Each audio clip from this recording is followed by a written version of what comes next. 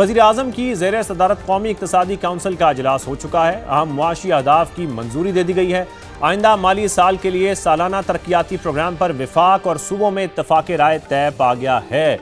विफाकी तरक्याती budget 1126 से कम करके 1000 अरब कर दिया गया है। विफाक माली गुंजाइश पैदा करने के लिए पीपल्स पार्टी और सूबों से अपनी बात मनवाने में अब कामयाब हो चुका है।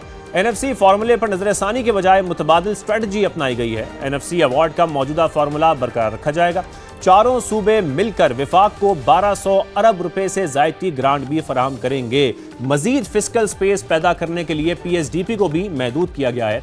126 अरब की कटौती के बाद पब्लिक सेक्टर डेवलपमेंट प्रोग्राम 1000 अरब रुपए तक आ गया है। कौमी दिफा और इसमें तरजीह करार दी गई है। सिर्फ दिफा और दाखिला के नए मंसूबे शामिल होंगे। तनख्वाहदार तबके की अगर बात की जाए तो उनकी कुछ सुनी गई है, ऐसा ही लग रहा है। हुकूमत नए बजट में 50 अरब रुपए तक रिलीफ देने पर गौर कर रही है। माहाना 1,83,000 से जायद आमदन वाले अफराद को रिलीफ मिलने का इम्कान भी है। माहाना 2,67,000 रुपए तक आमदन पर इनकम टैक्स में 5% कमी की तजवीज़ भी दी गई है। इनकम टैक्स स्लैब की तादाद 6 से बढ़ाकर 8 करने पर भी मुशावरत जारी है। सालाना 1 करोड़ रुपए से जायद कमाने वालों पर आयद सरचार्ज खत्म करने पर भी गौर किया जा रहा है। दूसरी जानिब अगर देखा जाए तो वफाकी हुकूमत का कर्जों पर इन्हिसार भी जारी है। एक साल के दौरान 9.3% इजाफा हुआ। अप्रैल तक मजमूई कर्ज 81,930 अरब रुपए पर पहुंच गई है। अगर बात की जाए तरसीलात ज़र की तो 11 माह के दौरान इसका हजम 38 अरब डॉलर पर पहुंच गया है। माली साल के इख्तिताम पर रकम 41 अरब डॉलर तक पहुंचने का इम्कान है। इस पर आज हम बात करेंगे। माहिर इक़्तिसादियात और policy research institute of market economy के फाउंडर और CEO डॉक्टर अली सलमान मौजूद होंगे और साथ में सनतकार रेहान जावेद साहब भी हमें ज्वाइन कर रहे हैं। डॉक्टर अली, पहले मैं आपकी जानिब आऊँगा। एक तो मैंने आपका आर्टिकल पढ़ा और जिस तरीके से उसमें आपने जिक्र किया है कि जो बजट है वो एक एनुअल एक्सरसाइज है और इसको ट्रांसफॉर्मेशन या ग्रोथ के लेंस से नहीं देखना चाहिए। सबसे पहले हम जरा इसी पे बात कर लेते हैं कि अब जो इस वक्त हमारा बजट पेश किया जा रहा है, फिर हम क्या एक्सपेक्ट करें कि जो हमारी ग्रोथ, ज़ाहिर हम ये तो कहते हैं कि इस वक्त जो हमारा मैक्रो इकोनॉमिक स्टेबिलिटी है वो तो आ चुकी है, लेकिन ज़ाहिर हम फिर ये भी बात करते हैं कि फिर इसमें अवाम का क्या फ़ायदा है, अवाम को रिलीफ कब मिलेगा, उसका फ़ायदा अवाम तक कब पहुंचेगा। इस बजट को ज़रा हम किस तरीके से लें, सबसे पहले तो आप इस पर ही रोशनी डालिए। जी, बहुत शुक्रिया अपने प्रोग्राम में मदऊ करने के लिए। मेरा जो व्यू है वो ये है कि बजट ज़ाहिर है इसका 1 साल का एक साइकिल होता है और उसमें जो बजट की जो एसेंशियल पर्पस है वो ये है कि हम देखते हैं कि गवर्नमेंट अपने फाइनेंसेस कैसे रन कर रही है, जो उसको अपने सर्विसेज फ्राहम करनी है, जो उसको तरक्याती प्रोग्राम रन करना है या उसको अपनी हुकूमत चलानी है और अखराजात पूरे करने हैं, तो उसको पूरा करने के लिए क्या टैक्सेस से और नॉन टैक्स रेवेन्यू से क्या मुतबादिल वसाइल आ रहे हैं या वो डेफिसिट में है, वो खसारे में है, ये उसका बुनियादी पर्पस है। तो मैंने अपने आर्टिकल में इसी बात का जिक्र किया था कि हम अगर बजट से ये उम्मीद लगा बैठें, जो हम हर साल लगाते हैं, हम भी इसमें शामिल हैं, कि इसमें टैक्स पेयर्स को बहुत रिलीफ मिल जाएगा या इंडस्ट्री बहुत ज़्यादा ग्रो कर जाएगी या इकनॉमिक सतह के ऊपर कोई ट्रांसफॉर्मेशन आ जाएगी, तो ये तवक्को करना गैर हकीकत पसंदाना है। क्योंकि आपका जो एक पूरी इकोनॉमिक पॉलिसी है वो 1 साल में ना बनती है, ना वो अमल दरामद हो सकता है, ना उसके आप नताइज देख सकते हैं।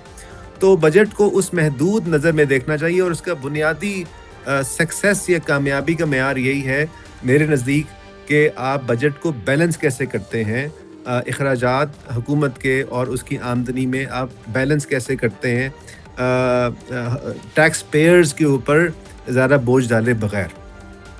ठीक है, और इस वक्त जो हुकूमत की तरजीहात आपको लग रही हैं बजट को लेकर, या अगर हम कह लें कि इस फाइनेंशियल ईयर के लिए, तो उसमें फिर क्या कहा जा सकता है कि फिर वही होगा जो हम देखते रहे हैं कि जो टैक्स नेट है वो ज़ाहिर है उस तरीके से टैक्स बेस ब्रॉडन नहीं हो पाएगी और जो अहदाफ होंगे FBR के वो भी पूरे नहीं हो सकेंगे और फिर हम सारा जो बोझ है वो सैलरी क्लास के ऊपर ही देखेंगे। डॉक्टर अली साहब देखिए जी, इस पे मेरा थोड़ा सा ये व्यू फ़र्क है। एक तो सैलरीड क्लास के ऊपर हम बहुत ज़्यादा हमारी मीडिया के अंदर भी बात होती है। इस वक्त अगर हमारे टैक्स रेवेन्यू को आप डिवाइड कर लें डायरेक्ट और इनडायरेक्ट के अंदर, तो तकरीबन 50% डायरेक्ट टैक्सेस हैं और 50% इनडायरेक्ट टैक्सेस हैं। और जो सैलरीड क्लास का टैक्स है वो कुल मिला के तकरीबन 600 अरब रुपए के करीब बनता है, जो कि डायरेक्ट टैक्सेस का 10% है। यानी 90% टैक्सेस हैं डायरेक्ट के, वो कॉर्पोरेट से, बिजनेस से दूसरे तरीके से आ रहे हैं, यानी विद होल्डिंग टैक्सेस के जरिए आते हैं, वो एक अलग मसला है, लेकिन बहरहाल वो डायरेक्ट टैक्सेस में शुमार होते हैं। तो हमें टैक्सेस के को ब्रॉडली देखना होगा कि वो कैसे अफेक्ट करते हैं।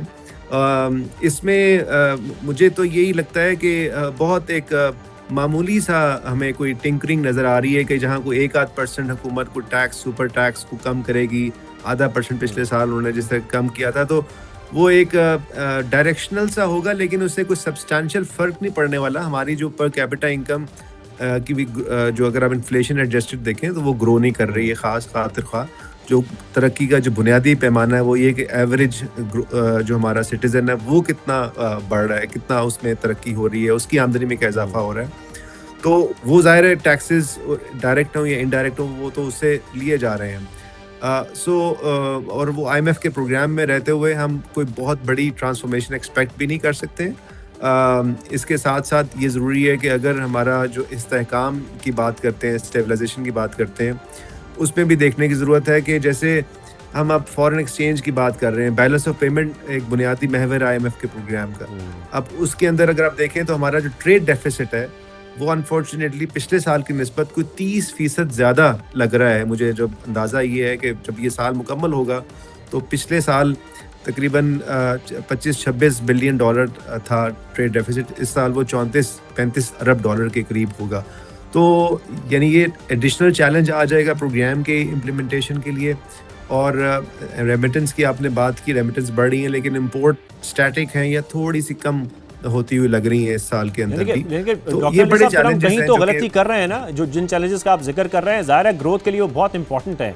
ट्रेड डेफिसिट इसलिए बढ़ रहा है क्योंकि हम एक्सपोर्ट्स अपनी बढ़ा नहीं पा रहे हैं, और एक्सपोर्ट्स बढ़ाने के लिए अपनी इंडस्ट्रीज को हमें फैसिलिटेट करना होगा। तो ज़ाहिर है फिर इस पर सोचना तो पड़ेगा, कोई प्लानिंग तो करनी पड़ेगी। जी, बुनियादी देखिए जो मसला है, बिल्कुल आपने सही कहा कि इंडस्ट्री को आपने बेहतर करना है, मैन्युफैक्चरर्स के लिए, फार्मिंग हमारे एग्रीकल्चर के लिए वैल्यू एडिड करना है।